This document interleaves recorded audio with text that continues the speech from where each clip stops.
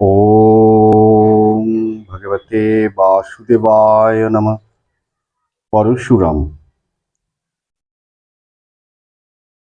যমদগ্ন রাম নামে পরিচিত পরশুরামকে বলা হয় ভগবান বিষ্ণুর ষষ্ঠ অবতার।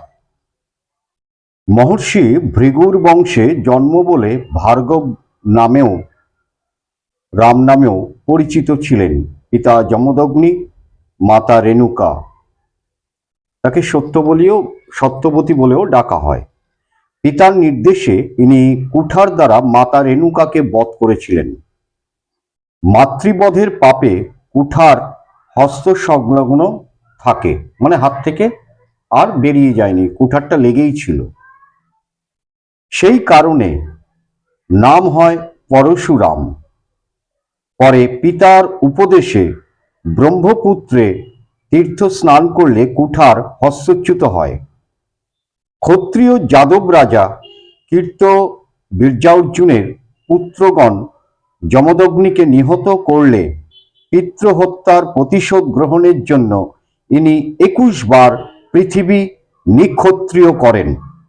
মহামতি ভীষ্ম, কর্ণ প্রভৃতির অস্ত্রগুরু ছিলেন পরশুরাম। ধনুর্বেদ বিদ্যায় তৎকালীন ভারতবর্ষে তিনি ছিলেন অদ্বিতীয়। পুলস্ত্য ব্রহ্মার মানসপুত্র এবং সপ্তর্ষিদের মধ্যে অন্যতম। মহর্ষি কর্দমের কন্যা হবির্ভুকে বিবাহ করেন। অগস্ত্যা ও বিশ্বশ্রবা মুনিদ্বয় হবির্ভুর গর্ভজাত পুলস্ত্যের পুত্র। পুলস্ত্য পুত্র বিশ্বশ্রবা ছিলেন লক্ষাধিপ দশানন রাবণ। সহস্রবাহু রাজা কীর্তবীর্যার্জুন রাবণকে যুদ্ধে পরাস্ত ও বন্দী করলে পুলস্ত্যের মধ্যস্থতায় রাবণ মুক্তি লাভ করেছিলেন। পুলহ ব্রহ্মার মানসপুত্র, সপ্তর্ষিদের মধ্যে একজন। ইনি কদম মুনির কন্যা গতিকে বিবাহ করেছিলেন। মহর্ষি কপিল ছিলেন গতির ভ্রাতা।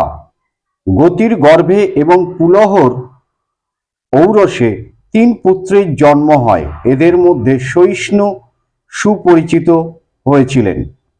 বশিষ্ঠ ব্রহ্মার মানসপুত্রদের মধ্যে অন্যতম।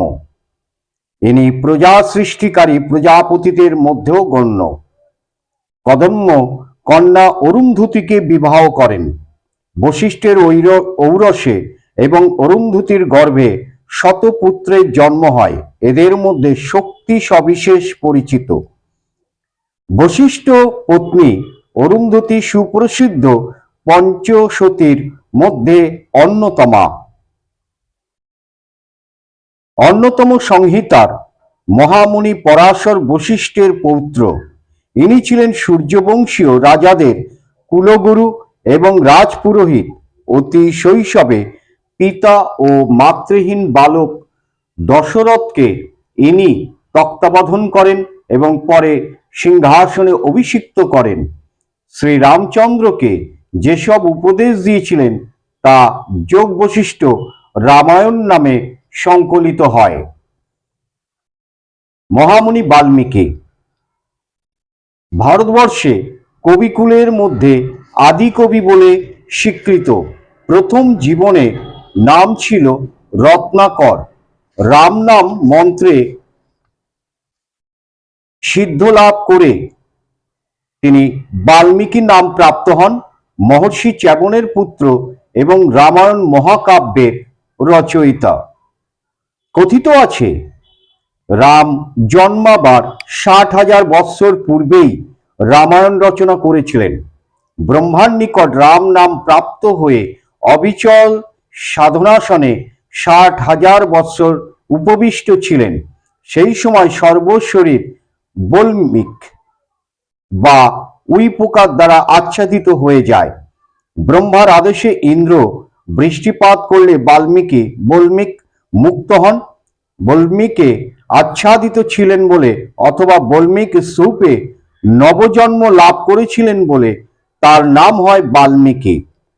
একদা শৃঙ্গাররত কৌঞ্চ মুনি মিথুনের পুরুষ কৌঞ্চকে এক ব্যাধ শরাঘাতে ভূপাতিত করলে শোক বিভোল বাল্মীকি অজ্ঞাতে যে চরণবদ্ধ সমান অক্ষর বিশিষ্ট গীত হবার যোগ্য বাক্য উচ্চারণ করেন।